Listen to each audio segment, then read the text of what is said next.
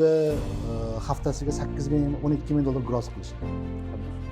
Bu bir oyda minimum 35 ming bilan 40 ming dollar o'rtasida gross bo'ladi. Ba'zilar bor, misol uchun 600 dollardan hozirgacha kunduzgi 3200 dollargacha oyiga o'tirib topishadi. Ya'ni logistikadagi daromad traditsion sohalardagi daromaddan ancha yuqori. Ishlab o'tdilar, ya'ni bu kursni bitirgandan keyin ular erkin, xohlasa bizga taklif qilgan demak ishlashda, xohlasa erkin, xohlasa erkin. Bu agar erkin, yo'q, men boshqa kompaniyada ishlayman deydigan jarayon bo'lsa, unda experience bilan boradi. Experience bilan boradi. Ya'ni case'larni spesifik tarzda demak beramiz o'quvchiga. O'shanda u nimaga ega bo'ladi? Ertaga potensial duch kelishi bo'lgan muammolarni oldindan ko'rishga demak ega bo'ladi, muvaffaq bo'ladi. Logistikada, ish jarayonida, dispetchlarda fokus degan narsa bo'ladi. Fokus degan narsa logistikani kaliti. Assalomu alaykum. Siz bilan yana F-Zone'da ko'rishib turibmiz va sizga zamonaviy kasblar to'g'risida ma'lumotlar berishda davom etamiz. Bugungi mehmonimiz esa aynan F-Zone Group tashkilotchisi Botir aka Hasanov. Bugun sizga logistika nima, ushbu tarmoqda qanday ish olib borsak bo'ladi va unda ta'lim olish to'g'risida ma'lumotlar berib o'tadilar. Assalomu alaykum Botir aka, yaxshimisiz? Va alaykum assalom. Botir aka, hammamizga qiziqki, endi ko'pchilik O'zbekiston aholisi, ayniqsa yoshlar logistika tizimi haqida biroz bo'lsa-da ma'lumotga ega. Xo'p, siz bugungi kun yoshlarimizga nimalarni tavsiya eta olasiz? Nima imkoniyatlar yaratib bera olasiz? Shu to'g'risida biroz ma'lumot berib o'tsangiz. Xo'p, rahmat. Avvalambor assalomu alaykum hammaga. O'zim haqida qisqacha ma'lumot aytadigan bo'lsam, o'zim AQShda 20 yildan beri yashab kelyapman va logistika sohasida, o'sha transport sohasida ishlab, o'sha fura, ya'ni biz logistika deydi, bizda nima deydi o'zbekchada? O'zbekchada ham logistika bo'ladi. Endi furani tushuntirish uchun aytadigan bo'lsak, katta yuk mashinalarini, yuk mashinalariga xizmat qilib, ham u yerda haydovchilikdan tortib bir qancha kompaniyalarga ham asos solganmiz. Shu bilan birgalikda oxirgi paytlarda shu narsani aytib o'tmoqchimanki, O'zbekistondan, nafaqat O'zbekistondan, Markaziy Osiyodan borgan juda ko'p hamyurtlarimiz, yurtdoshlarimiz borishgan. Juda ko'pchiligi bilamizki, o'sha fura sohasini, ya'ni logistika sohasini tanlashadi va u yerda ishlashadi.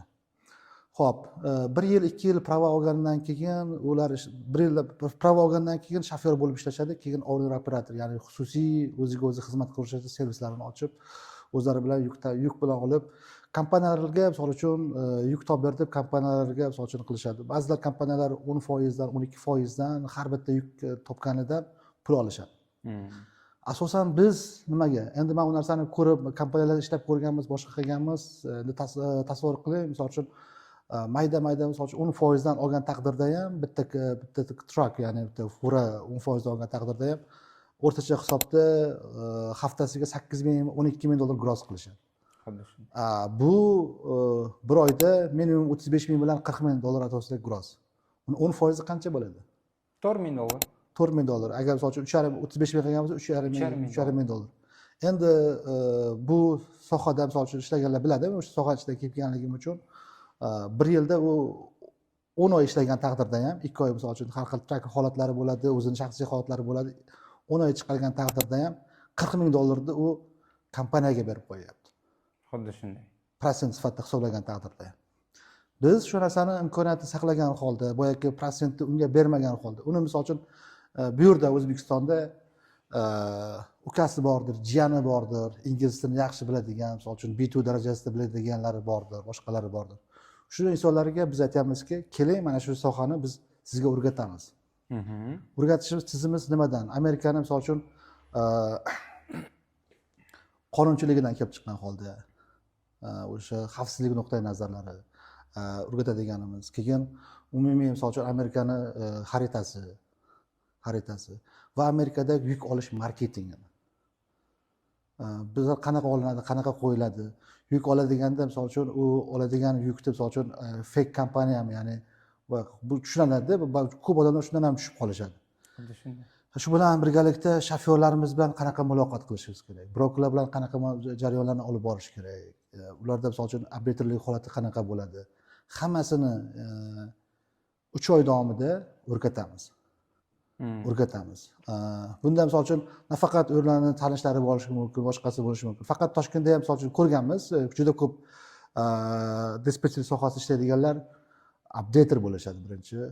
Deydi, o'rgataman senga deydi, updater qilib qo'yadi, u yuradi misol uchun o'rganib. Bu yaxshi aslida. Lekin uni ikkita iqtisodiy tomoni ham bor-da buni.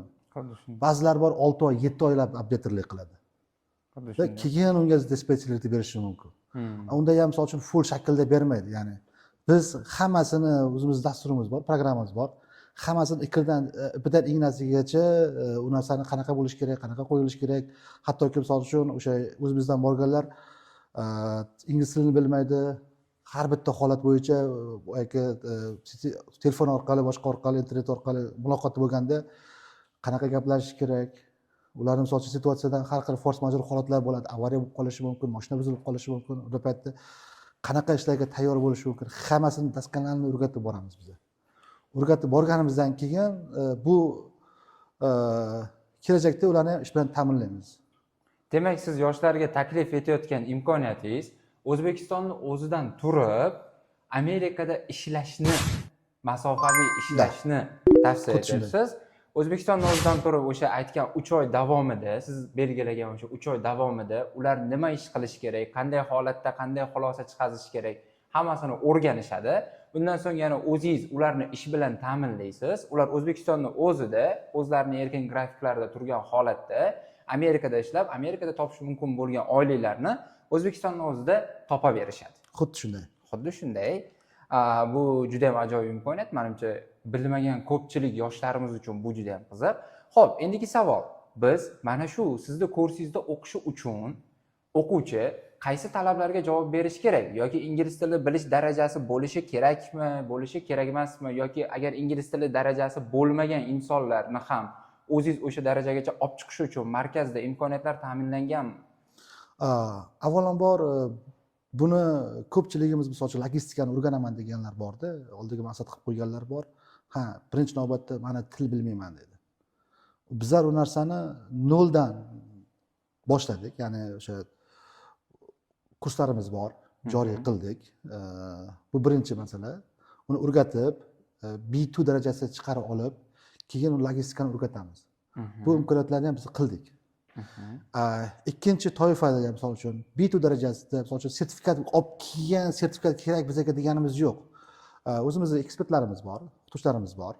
Ular muloqot darajasini olib boradi, o'sha speaking or writingda hammasida va biz bunga to'g'ri logistika sohasini o'rgatamiz.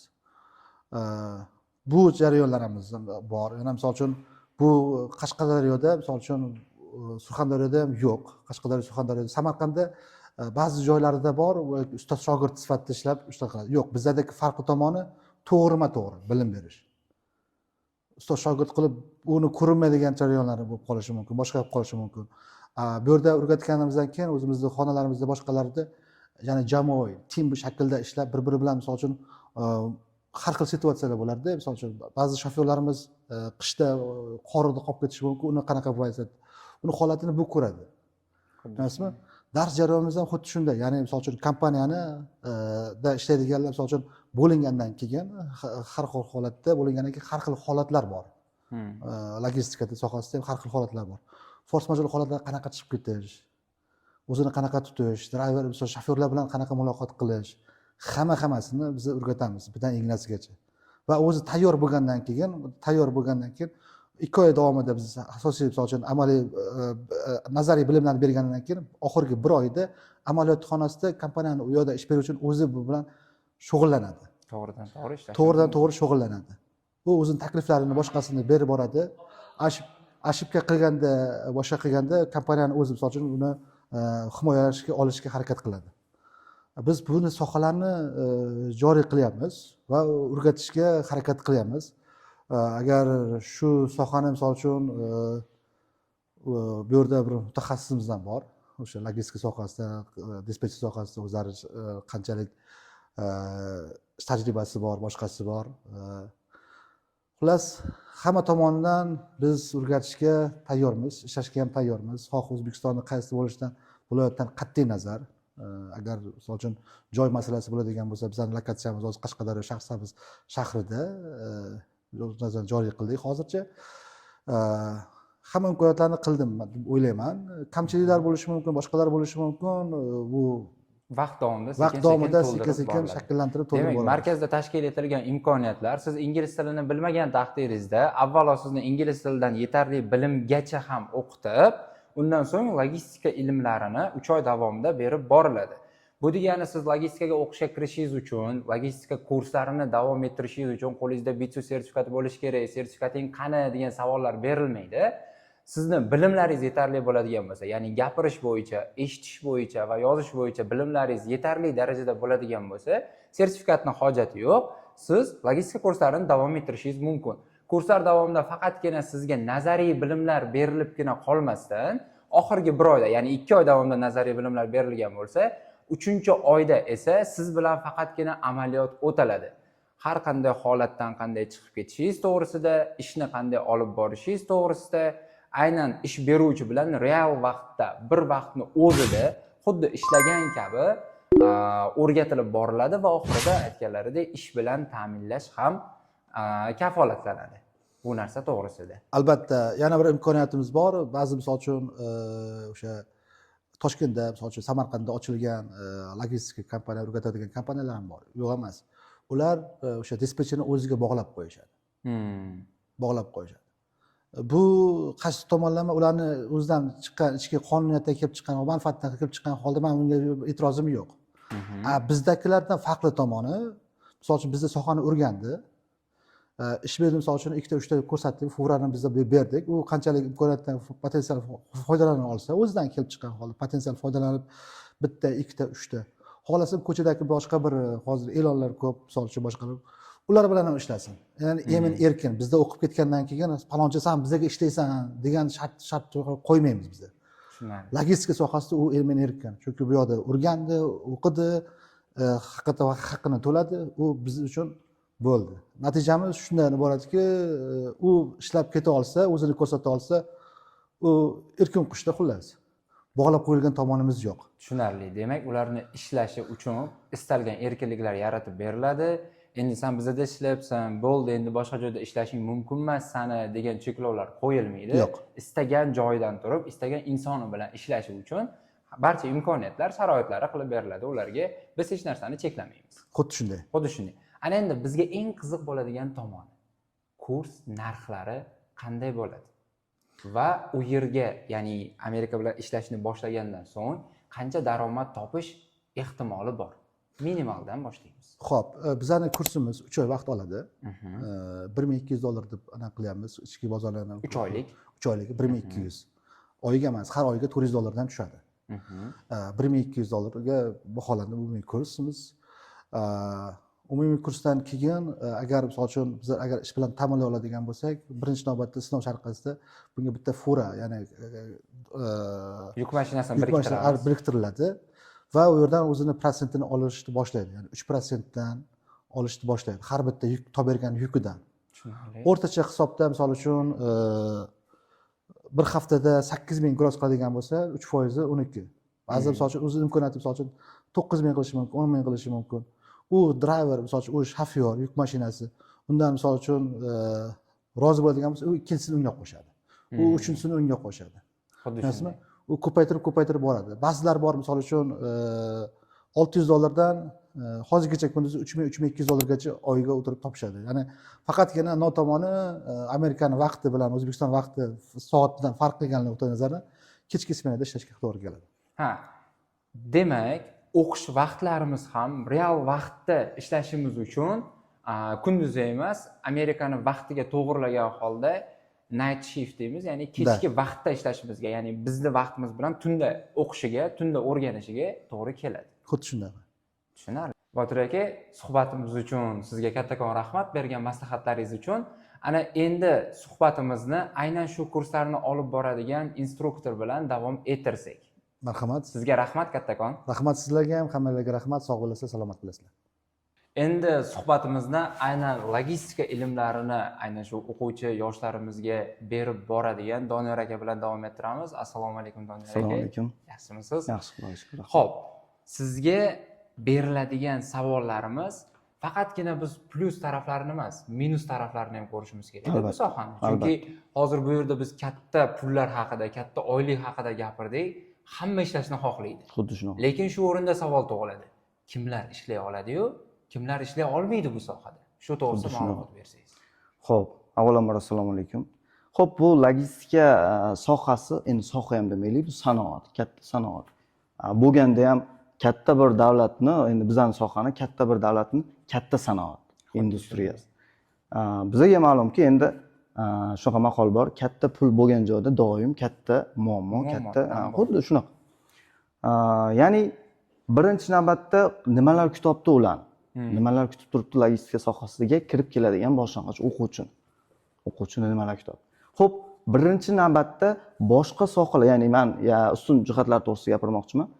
Boshqa odatiy sohalardan ko'ra yaxshiroq daromad kutyapti. Birinchi masala. Doim moliyaviy masala birinchi o'rinda turgan. Bu yaxshi taraf. Bu yaxshi taraf, albatta. Xo'p, ya'ni o'zini tengdoshlariga nisbatan bu tabiiy jarayon, bu endi logistikani daromadli sohasi to'g'risida menimcha bugungi kundagi avlod yoshlari menimcha yaxshi tanish. Bu bizga yaxshi tomon.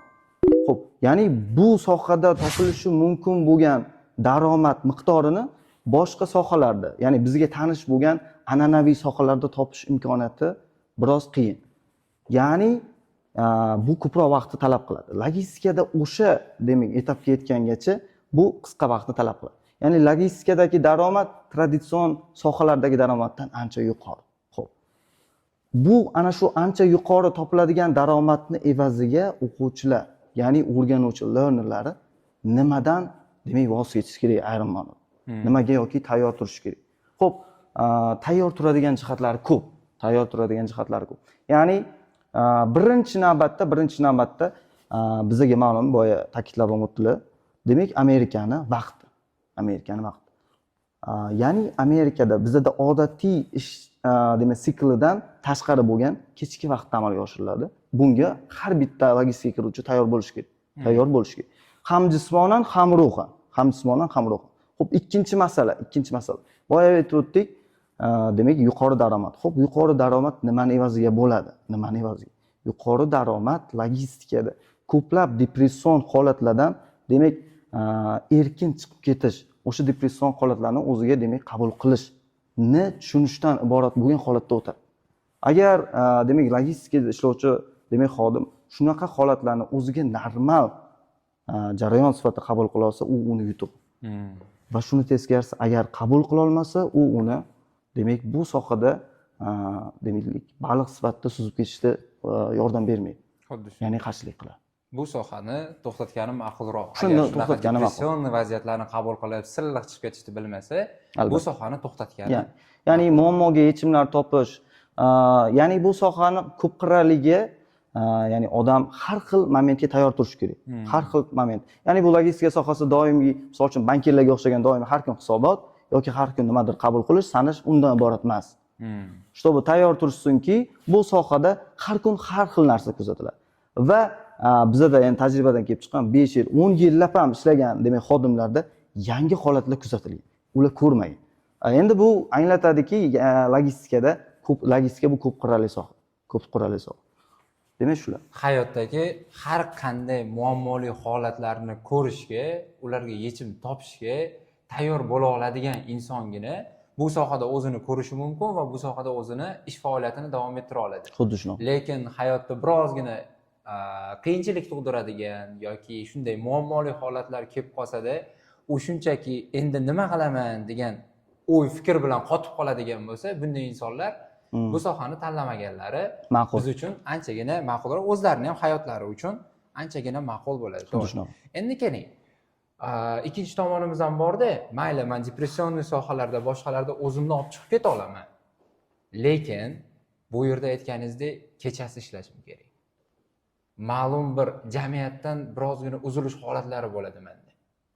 Bundan tashqari nimalarni yutishim mumkin, nimalarda yutqizishim mumkin. Misol bittasini aytdik, men jamiyatdan birozgina uzoqroqda bo'laman, sababi hamma uxlagan vaqtda men ishlashim, hamma ishlagan vaqtda men uxlashim kerak bo'ladi.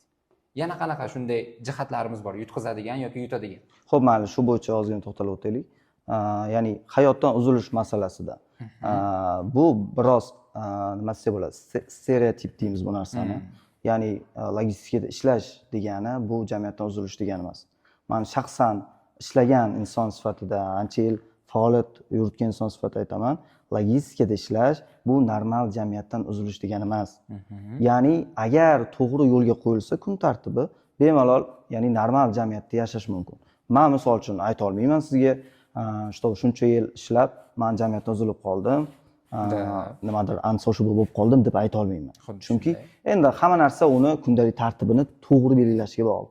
Va ikkinchi narsa, logistika sohasi 24 soat ish faoliyatini olib boradi, 24 soat 365 kun. Tushunarli? Ya'ni uni ishi sikli kunni har soatida amalga oshiradi. Bu degani bir kunda bizda endi bu sohada asosiy ikkita shift mavjud. Day shift, main shift deymiz, ya'ni night shift, main shift deymiz. Ularni main shifti Amerika sohasidagi main shift bizda kechqurunga to'g'ri keladi.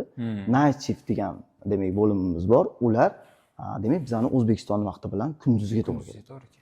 Men bemalol ayta olamanki, logistika sohasidagi kunduzgi shiftdagi, ya'ni o'zimiz vaqtimizda aytmoqchiman, logistika sohasida night shift bo'ladi. Daromad manbai ham boshqa traditsion demak daromad manbalaridan kam emas. Kam emas. Men bemalol bu narsani ayta olaman. Boya misol uchun qizlar to'g'risida gaplashib o'tdinglar. Misol uchun bularga. Endi shu sohaga ozgina to'ldirish jihatdan aytmoqchiman. Men tanigan ancha demak hamkasblarimiz bo'lgan, qiz bolalar logistika sohasida ishlagan. Bu logistika sohasida ishlash qiz bolalarga nisbatan har doim kechqurun ketib, ertalab keladigan narsa emas. Ular bemalol ish faoliyatini kunduzgi vaqtda amalga oshirsa bo'ladi. Kunduzgi vaqt. Ya'ni kechqurun endi ish sikli biroz demak gavjum bo'ladi kechki, ya'ni main shiftda. Day shiftda ko'pincha nazorat amalga oshiriladi.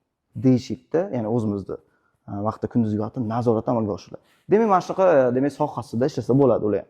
Ya'ni aytmoqchimanki, jamiyatdan uzilib qolish yoki umuman kun tartibini o'zgarib ketishi bu biroz stereotip narsa. Haqiqatdan agar to'g'ri yondashilsa bu narsaga yechimlar ko'p. Demak, o'zlari uchun to'g'ri kun tartibini tuza olishsa, o'zlari uchun o'sha reja asosida ishlarini amalga oshirishsa, bunday muammolarga hech qachon albatta duch kelishmaydi. Xuddi shunaqa. Yutadigan jihatlariga katta daromadni olishimiz mumkin, boshqa qilishimiz mumkin. Xo'p, endi keling. Siz logistika bo'yicha bolalarga, o'sha o'quvchilarga instruktor hisoblanasiz. Lekin bunaqa kurslarimiz boya ham aytib o'tdik, bor, boshqa joyda ham bor bunaqa kurslarimiz, yo'q emas. Sizni ustun jihatingiz, aynan sizni emas, markazni ustun jihatlari boshqalardan ko'ra nimalardan iborat? Nima uchun aynan sizni tanlash kerak? Xo'p, men bu bo'yicha aniq konkret yondashuv egaman bu narsa bo'yicha. Avvalambor birinchi aytadigan narsam bu demak sohani o'rgatuvchi deylik. O'rgatuvchi demak bir bo'lim tashkil topgandan xursandman. Shu segmentda. Chunki boya ham ta'kidlab o'tdilar. Ya'ni shu hududlar va atrof hududlarda bunaqa soha hali establish qilinmagan. Xuddi shunday. Birinchi navbatda men bundan juda xursandman. Ya'ni shu sohani bir patriot vakili sifatida men xursandman. Ya'ni bizani shu segmentda ham bolalar shu narsani o'rganib, ertaga bu narsadan manfaat olsa, biz faqat xursand. Ular xursand, biz xursand. Bu soha haqiqatan daromadli soha, foydalanishsin. Balki kimdirlar bilmas shu narsani. Xuddi shunday. Balki bizani segmentda xabari yo'qdir to'laligicha. Xabardor bo'lsin, kelishsin, o'rgansin. Xo'p, asosiy savolga o'tamiz. Demak, bu joyni boshqa traditsion, ya'ni regular deymiz, joylardan nima farqi bor? Ya'ni o'qitish yuzasidan. Xo'p, birinchi tomoni bu tizim. Xo'p, tizim degani ya'ni nima? Men shu sohada ishlagan bir xodim sifatida aytaman, logistikani o'qitish nuqtalarida, men bilgan nuqtalarida hozir ko'paygancha, xo'p, tizimli o'qitish yo'q. Nima tizimli o'qish degani? Ya'ni tasavvur qiling, bir o'quvchi, bir bola xohlaydi logistikada ishlashni. Xabari bor, logistika nima bo'ladi, nima qo'y. Ya'ni basic information bor unda. Xohlaydi, lekin ingliz tilini bilmaydi. Ingliz tili unga demak to'sqinlik. Men bir narsani ta'kidlab o'tmoqchiman, ingliz tili bu logistikaning instrumenti. Usiz iloji yo'q. Usiz iloji yo'q. Xo'p, va ingliz tilida logistikani o'zini tili mavjud. Logistikani o'zini ingliz tilisi mavjud. Uni terminlari, uni qisqartmalari mavjud. Demak, u o'sha nol bo'lgan bitta o'quvchi ham bu yog'iga kelib, bu Moskvaga kelib, bemalol logistika uchun kerak bo'ladigan ingliz. Boya ta'kidlab, juda to'g'ri ta'kidlab o'tdilar. Bu IELTS, TOEFL va shunga o'xshagan sertifikatlari bor degani ingliz tilida ya'ni logistikada bo'ldi ishlab ketdi, sani mana karyerang bo'ldi ishla logistika degani emas. Buni to'g'ri tushunishlari kerak. Ya'ni mana tajribamdan shunday narsalar kelib chiqqanki, ingliz tili darajasi ma'lum darajada zo'r. Zo'r haqiqatdan. Ya'ni uni qo'lida hujjati ham mavjud. Shunaqa band skorga ega, yaxshi fluent gapira oladi. Lekin logistika sohasida ishlab keta olmagan holatlar mavjud. Ya'ni bizda hech qanaqa sertifikatsiya emas, ya'ni tasavvur qiling, bir o'quvchi xohlaydi logistika ishlashni. Va men hozir aytib o'tgan muammoga u duch kelmasligi mumkin. Ya'ni bu yerda logistika ingliz tilisini ham bemalol o'rgansa bo'ladi. Ana bu birinchi tizimli jihati degani shu. Tizimli. Xo'p, ikkinchi asosiy jihati, Xo'p, e'tibor bergan bo'lsangiz, boya ta'kidlab o'tdilar, juda yaxshi. Muddat, ya'ni o'qitish muddati. O'qitish muddati 3 oy deb belgilangan. 2 oy demak nazariyaga, 1 oy to'liq amaliyotga demak yo'naltirilgan. Bu kurs jihatidan qabul qiladigan bo'lsak, eng ustun jihat. Ya'ni sizga ham, hammamizga ham, menga ham ma'lumki, amaliyot boshqa, nazariyat boshqa. Tasavvur qiling, bir o'quvchi boradi, nazariyani uyda o'rganadi.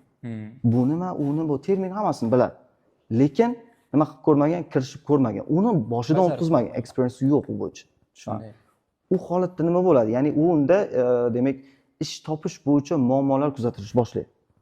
Muammolar. Bu albatta bora sekin bu bolani, shu o'quvchini, lolni bu sohadan sovishiga olib keladi. Bu yerda unaqa muammo yo'q. Bu yerda aytib o'tdik, ya'ni biz bilan hamkorlikda ishlaydigan kompaniyalar mavjud. Ular to'liq logistika nafasini his qilishadi. Logistikada nima bo'ladi-yu, o'zi bu jarayon nimadan boradi. Real vaqtda ular shu jarayonni ichida bo'lishadi. Ya'ni kuzatib o'tirishmaydi uzoq. Shu jarayonni ichida bo'lishadi. Ishlashadi ular ham. Bu narsa boya ta'kidlab o'tdilar, ya'ni bu kursni bitirgandan keyin ular erkin, xohlasa biza taklif qilgan demak ishlashsa, xohlasa erkin. Bu agar erkin, yo'q, men boshqa kompaniyada ishlayman deydigan jarayoni bo'lsa, unda experience bilan boradi. Ya'ni ko'pincha hozir qidirib ko'rsangiz ham, demak, bo'sh ish o'rinlar bo'yicha, vakansiyalar bo'yicha kamdan kam kuzatasiz, demak, experience yo'q, ya'ni amaliyot o'tamagan bolani ishga olish. Tajribasi bo'lsin degan holat. Tajribasi bo'lsin, hatto ozgina ishlab ko'rgan bo'lsin deydigan. Endi tajribasiz ham bo'lsin deydi, ya'ni boya ta'kidlab o'tganlaridek, o'sha updater va shunga o'xshagan demak, logistika sohasida ko'rilmaydigan oyliklarda ishlab yurishadi ular. Bu yoqda unaqa narsa emas. Bu yoqda haqiqatan birinchi experience olishadi, ikkinchidan boya ta'kidlab o'tdilar, pulini ham olishadi kerak bo'lsa. Mana bu juda, men ayta olaman bemalol, juda katta imkoniyat. Ya'ni men bilgan, men ko'rgan demak, o'qitish markazlarida unaqa imkoniyat mavjud emas. Ko'pchiligida asosan nazariy bilimlar berishadi va delik sertifikatsiyaga o'tkazishadi.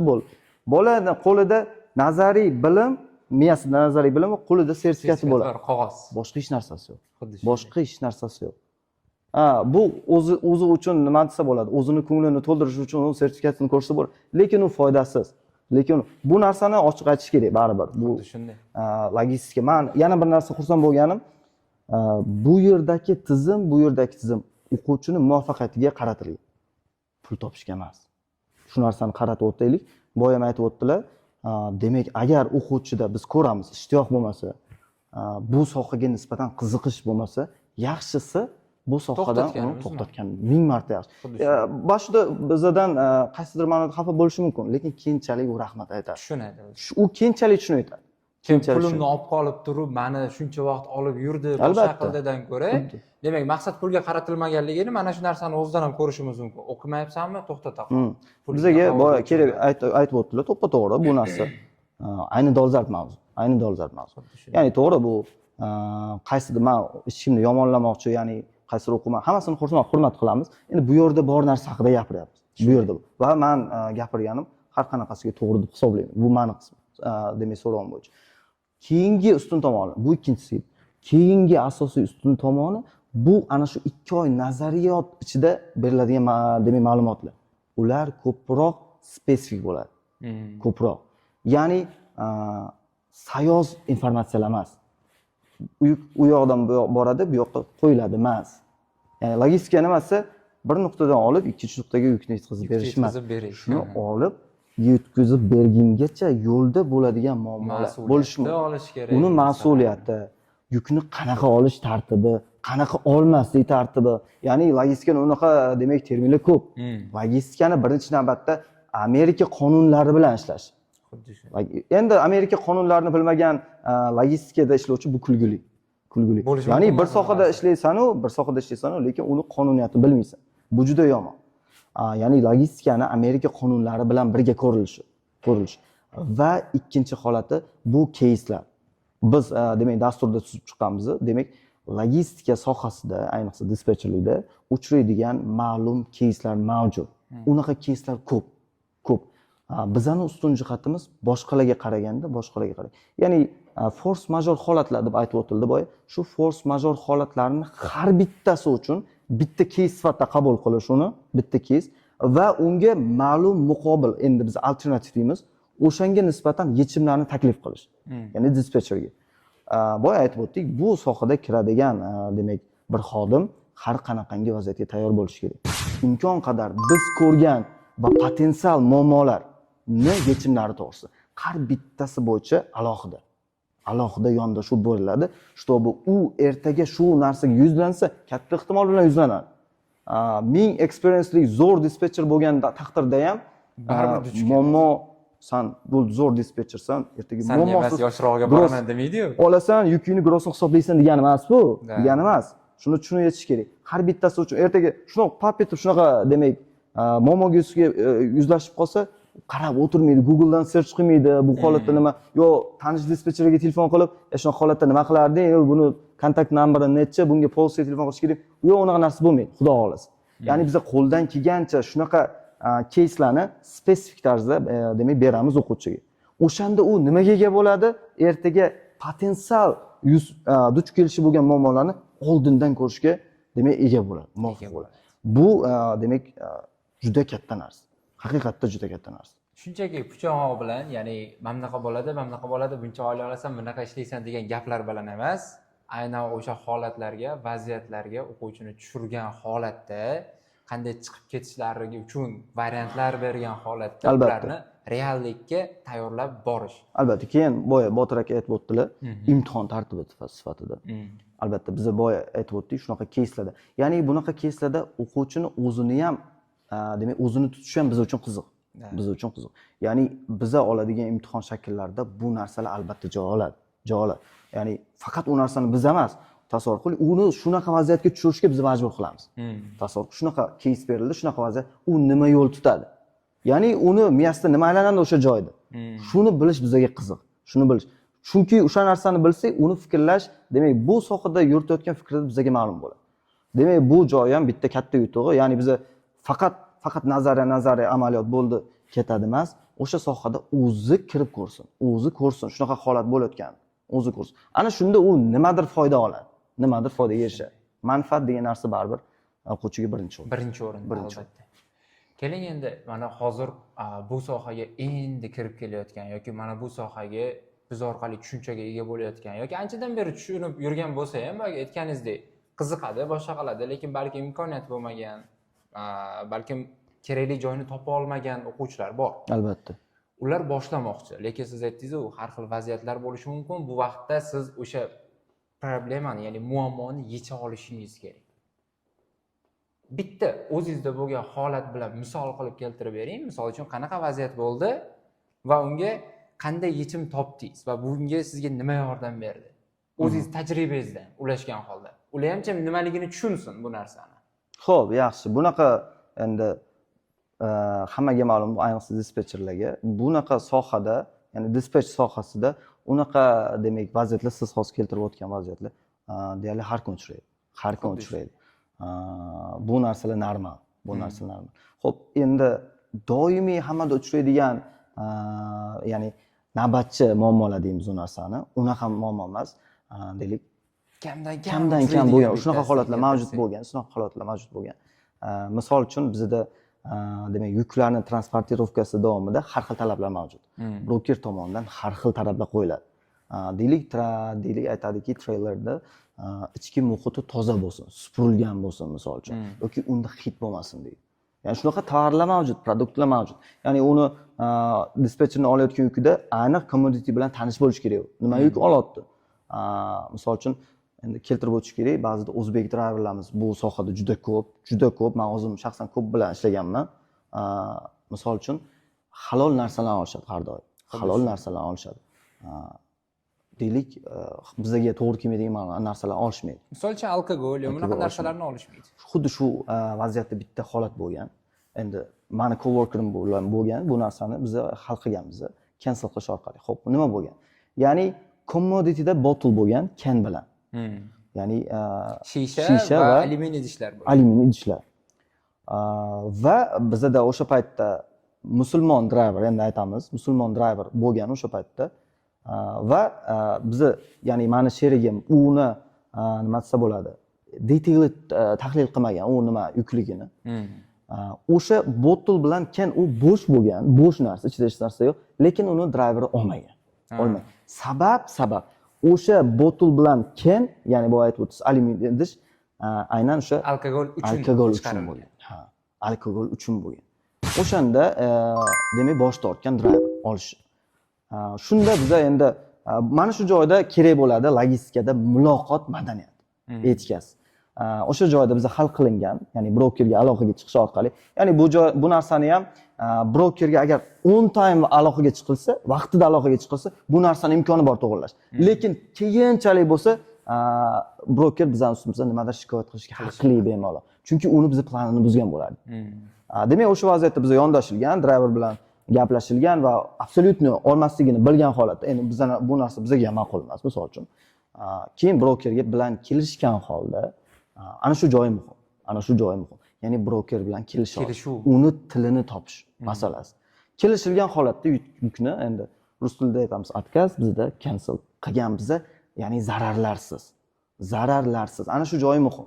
Ya'ni u narsani yukni cancel qilish hammaning qo'lidan keladi, lekin ertaga broker bizning kompaniyaga nisbatan nimadir yomon feedback berib qo'ymasin. Safety always first. Demak, shunaqa holatda biz bu masalaga yechim topgan. Endi unaqa holatlar juda ko'p, men sizga bittasini aytib berdim xolos. Xuddi shunday. Endi mana shundan kelib chiqqan holatda bizni ko'rib turganlar ham xulosa qilishadi. Demak, shunday holatlar bo'lishi mumkin. Mana bunday holatdan chiqib ketish uchun dispatch doimo tayyor turish kerak albatta.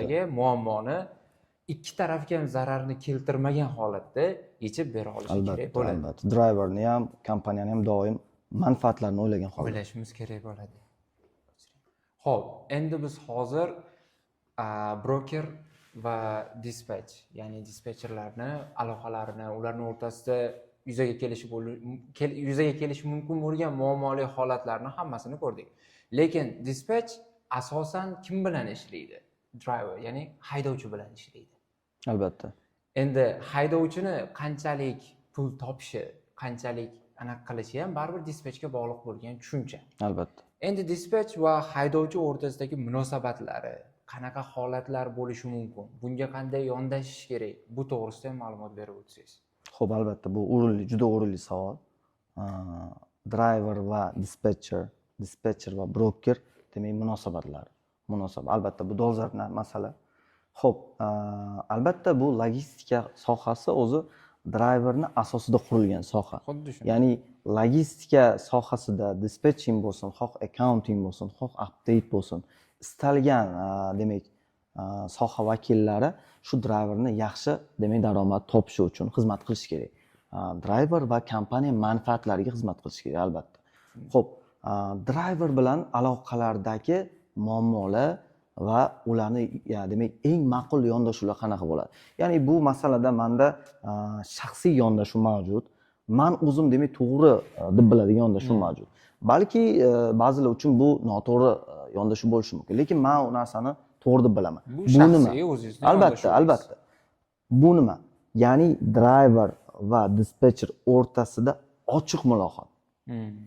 Ochiq muloqot degani, ya'ni dispatcher driverni aldashi tarafdori emasman men. Umuman.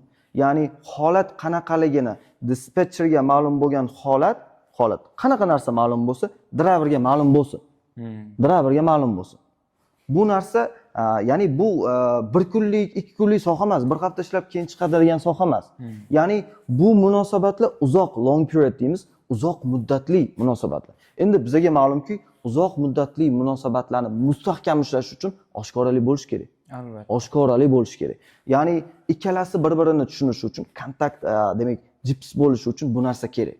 Ya'ni unga detallarni, ya'ni yuk bo'ladimi, xoh u reja bo'ladimi, gross masalasida bo'ladimi, ya'ni dispatcher va driver o'rtasida friendly muloqot bo'lishi kerak. Ochiq, do'stona muloqot bo'lishi kerak. Ya'ni u ham driver ham yo'qda o'ylamasinki, dispatcherim nimadir meni yashiryapti deb, yoki bu ham xuddi shunaqa. Kelishuv baribir yaxshi narsa. Kelishuv baribir yaxshi narsa. Ikkinchi holati, ya'ni bu dispatcherlar tomonidan qaraladigan bo'lsak, biroz demak, og'riqli holatida ham deymiz. Ya'ni driverni endi doimiy situatsiyasi. Men shuncha payt ishlab ko'rmagankiman, driverlarni asabsiz yurgan holati. Bu narsani dispatcher to'g'ri tushunishi kerak. Dispatcher qanaqa odam? Dispatcher ham to'g'ri kreslada o'tiradi, lekin kompyuterning oldida o'tiradi. Kompyuterning oldida o'tiradi u. Ya'ni aqliy mehnat qiladi. U yo'lda emas. Lekin dispatcher shu narsani inobatga olishi kerakki, u muloqot qilayotgan insoni kerak bo'lsa 24 soat demak yo'lda. Yo'lda bo'lganda ham katta mas'uliyatli yo'lda, orqasida qancha yuki bor. Katta industriyani bir vakilini u ishini bajaryapti. Ishini bajarganda ham u doimiy depressiyada. Endi shunday holatlar bo'lgan. Endi bu sohada har xil vaziyat bo'ladi. Endi dispatcherlarni kelishmovchiligi driverlar. Agar haqiqatdan ham demak shu holat mavjud bo'ladigan bo'lsa, ya'ni kelishmovchilik mavjud bo'ladigan bo'lsa, bu oxir oqibat o'sha dispatcherga ham, driverga ham yaxshi nimadir manfaat tugamaydi. Ya'ni o'sha dispatcher bilan driverni ishlash kontaktlari ma'lum darajada uziladi. Ya'ni nima degani? Ma'lum darajada uziladi degani, tasavvur qiling, bir kelishmovchilikka borishdi, ya'ni dispatcher va driver. Nimadir masala yuzasidan. Tasavvur qiling, driver nimadirni haq deb bildi, dispatcher yo'q dedi. Tasavvur qiling, shunaqa vaziyat bo'ldi. Va shunaqa kelishmovchilik bo'ldi, keyiniga qanaqa ta'sir qiladi? Keyiniga ana u dispatcher, boya tortishgan dispatcher yaxshi, haqiqatdan qarasangiz normal yo'l, yaxshi variant. Ni ham bergan holatda driver uni o'ylab ko'radi. O'ylab ko'rmay olinadigan yuklar ham u o'ylab ko'ra oladigan bo'lib qoladi. Nima uchun? Chunki oldin undan pand yegan. O'rtada konflikt bor. O'rtada konflikt bor. Xuddi shunaqa. Demak, bunda dispatcherga nima yechim? Dispatcher doim miyasini bir burchagida saqlash kerak. U muloqot qilayotgan driver doim pressure ostida. Doim bosimda. Bu narsani doim muloqotda, ayniqsa muloqot etikasida, estetikasida doim demak bir mention qilish kerak o'ziga. Busiz iloji yo'q. Busiz uzoq muddat demak nima deymiz, successful, o'zbekchasiga muvaffaqiyatli ish olib borolmaydi. Yo'q, bo'lmaydi. Unaqa narsa bo'lmaydi. Ya'ni bu narsani doimiy olib borib bo'lmaydi. Ya'ni masalan, bir kun driver allab nimadir yuk tiqib, ikkinchi kun bu narsani doimiy iloji yo'q. Absolut iloji yo'q. Baribir bu narsa ochiladi. Baribir aytaman, demak, ochiqlik baribir yaxshi. Bu masalada, ya'ni dispatcherni driverga, men konkretniy qilib aytadigan, dispatcherni driverga bo'lgan munosabati boya men aytib o'tgan faktorlarni inobatga olgan holatda bo'lishi kerak. Olgan holatda. Ikkinchisi, boya aytib o'tdingiz, iqtisodiy masalalar. Ya'ni pul bilan hal bo'ladigan masalalar. Bu joyda ham совместно ishlash, ya'ni partner bo'lib ishlash yaxshi. Bitta stereotip bor. Logist dispatcherlarning ichida. Ya'ni qanaqa? Men tasavvur qiling, bir yuk ko'raman, chek qilaman. U yuk menga ma'qul. Men beraman, offer shaklida beraman driverimga. Driverimga u ma'qul emas. Endi bunaqa jarayonda ikki xil holat bo'lishi mumkin. Ya'ni chunki driverlarni shunaqa tasavvur qilishadiki, dispatcherlar. Driverlar shunchaki yo'ldan xabar bor. Bitta yukni oladi, boradi, tashlaydi. Yo'q, u driver kerak bo'lsa mendan, sandan ko'proq Amerika muhitida yuribdi. U biladi, bizdan ko'ra yaxshiroq. Bizdan ham yaxshiroq biladi. Endi baribir biz to'g'ri market analitikaga yuramiz, lekin ular ham xuddi shu sohaning ichida yuradi. Ya'ni aytmoqchimanki, uni driverning fikrini albatta inobatga olish kerak. Qattiq muhokama qilish kerak. Eng kamida muhokama qilib ko'rish kerak. Ya'ni men bor narsani aytayapman. Ya'ni bizning dispatch sohasida, ayniqsa shu joyda driverni yuk bo'yicha bergan takliflari ko'pincha inobatsiz qoldiriladi. ko'pincha inobatsiz qoldiriladi. Men aytmoqchi emasman, driver endi har xil holat bor. Driver haqiqatan balki yaxshi informatsiya bermayotgandir. Ya'ni market holatdan kelib chiqib, u har doim driver to'g'ri yaxshi narsani xohlaydi. Dispetch ham xuddi shu narsani xohlaydi. Tushunasizmi? Ya'ni bu holatda qanaqa bo'ladi? Driverning bergan taklifi shunchaki trash informatsiya sifatida qabul qilinadi, bo'lib tashlab yuboriladi. Bu narsa yoqmaydi driverga. Bu narsa yoqmaydi. Agar haqiqatan dispetch shu narsani anglasa, market analitikasi uni ko'zida bo'ladi. Qanaqa market bo'layotgani. Agar haqiqatan o'sha o'zini fikrida turadigan bo'lsa, eng kamida driverni berayotgan offeri unga nisbatan nima uchun noma'qulligini tushuntirish kerak. O'rtada muloqot qilish orqali, muloqot qilish orqali aniqlashtirish kerak. Aniqlashtirish, uni madaniyat bilan tushuntirish kerak. Uni yo'q, aka, unaqa vaziyat emas, unaqa hozir yuk yo'q, 2 RPMda siz nimani so'raysiz, bu yuk brusak, yo'q, unaqa emas. Unaqa emas. Logistikada doim bosiq xarakterga ega bo'lgan shaxslar yutadi. Men shu narsani aytib o'taman. Doim qom yuradiganlar har doim yutadi. Har doim. Hech qachon yutqizmaydi ular. Hech qachon. Men ishlagan nechta kompaniyada bo'lsa, doim men eng baribir qiziqasiz endi. Kim zo'r gross qiladi, kim zo'r pul topadi. Shunaqa men imенно shu narsani o'rganib chiqqanman. Haqiqatan zo'rlari doim bosiq bo'ladi. Doim. Spokойно odamlarni ham. Juda o'ta spokойно, ya'ni driver bilan ham kontaktini qursiz, sekin, ya'ni muomalali. Yo'q, yonadiganlari pajar oladi. Mayli olsin pajar oladi. Broker bilan shunaqa qilsin, misol uchun, negotiation jarayonida. Aytsin, tushuntirsin, demak, driver holatini boshqasini. Unda mayli, ya'ni unda ham qizishib ketgan holatda emas, endi bodri, fresh kayfiyat. Lekin bu narsani driverga qo'llash xato ish. Xuddi shunday. Shunaqa. Demak, bundan xulosa shundaki, logistika sohasiga kirmoqchi bo'lgan o'quvchi faqatgina ingliz tilini bilishi yoki bo'ldi, men shu sohada ishlayman degan gaplarni o'zi kamlik qiladi. Albatta. Bundan tashqari, aynan o'sha o'quvchidan nimalar talab qilinadi? Ingliz tilini bilish darajasidan yoki bo'ldi, men kun tartibimni to'g'ri qila olaman deyishdan tashqari yana nimalarni talab qilamiz undan? Xo'p, asosiy talab haqida gapiraman. Ya'ni hozir gapirmoqchi bo'lgan talabim, ya'ni bu sifat. Shu sifatga ega bo'lmagan shaxslarni, o'quvchilarni deylik, logistikaga kirishini men shaxsan tavsiya qilmayman. Shaxsan tavsiya qilmayman. Xo'p, bu qanaqa sifat? Bu mas'uliyatlilik sifat. Mas'uliyatdor. Boya aytib o'tdim tepada, bu katta bir davlatni katta bir industriyasi. Katta bir industriyasi. Ya'ni Amerika degan davlatni bo'lganda ham dunyoning yetakchi davlatini katta iqtisodiy bitta sohasi, sanoati. Bu nima degani? Bu katta mas'uliyat degani. Katta mas'uliyat degani. Agarki bu sohada kirib keladigan bir o'quvchini deylik, shunaqa hissi, shunaqa bir sifati bo'lmasa, men umuman bu narsani taklif qilmagan bo'lardim. Ya'ni hamma narsani o'zi odamning sifatida ham bor bu narsa. Ba'zi odamlar bor, hamma narsani yengil qabul qilishadi. Bu soha yengil qarashni, demak, atkaz qiladi, cancel qiladi. Ya'ni bunaqa yengil qaraydigan xodimlar, ishchilar bu sohaga kerak emas. Kerak emas, ochiq. Ya'ni bu nimani mas'uliyatlarini oladi? Bu driverning mas'uliyatini oladi, bu kompaniyaning mas'uliyatini oladi. Ya'ni mas'uliyatni olish bor, mas'uliyatni chin dildan his qilish bor. Ya'ni haqiqatan men qilayotgan ishim shuncha deylik odamning mas'uliyatini men olib turibman degan holatda ishlash kerak. Ya'ni qanaqa ishlash kerak? Xo'p, tushundik, mas'uliyat olar ekan. Mas'uliyat bu nima degani? Logistikada, ish jarayonida, dispetchlarda fokus degan narsa bo'ladi. Fokus degan narsa logistikani kaliti. Logistika kaliti fokus. Ya'ni diqqatni qaratish. Ya'ni ba'zi bir joylarda ko'ramiz, distraction bo'lib yuradi. Dispetcherlar. Ya'ni xayollar boshqa joyda YouTube ko'rib o'tirishadi, boshqa. Endi bilamizki, market holatidan kelib chiqqan holatda birinchi navbatda mas'uliyatlik deb aytdik. Birinchi mas'uliyat doimiy market holatidan xabardor bo'lish. Doimiy. Endi bu market, bu nomi bilan market. Market degani bu doim Kaliforniyada zo'r yo'q, doim deylik Eastda zo'r yo'q degani emas. Endi bu analitika. Ya'ni bu yoqda o'zgarib turish bor. Shu o'zgaruvchanlik tendensiyasi doim xabardor bo'lish kerak. Dispetcher doim xabardor bo'lish kerak. Bu ham mas'uliyat. Endi ko'pchilik dispetcherlarda shu holat bor. Birlamchi, ya'ni kundalik borishadi, ya'ni shu kungi market tahlil qilinadi faqat, shu kungi va o'sha yoqqa qarab, demak, yo'natiladi driver. Agar driver demak faqat mayl yuradigan nimadir bo'ladigan bo'lsa, ya'ni yetarlicha bilimga ega bo'lmaydigan bo'lsa, endi unaqa narsa, unaqa driverlar kam. Agar bu mabodoga bo'ladigan bo'lsa, ular ketaverishadi. Ya'ni bu yukni ketidan keladigan protsessdan ular xabardor bo'lmaydi va bu zanjir yomon oqibatlarga olib keladi. Yomon oqibat. Ya'ni doim mas'uliyatlilik degani birinchi navbatda dispetcherda plan bo'lishi kerak. Konkretniy plan bo'lishi kerak.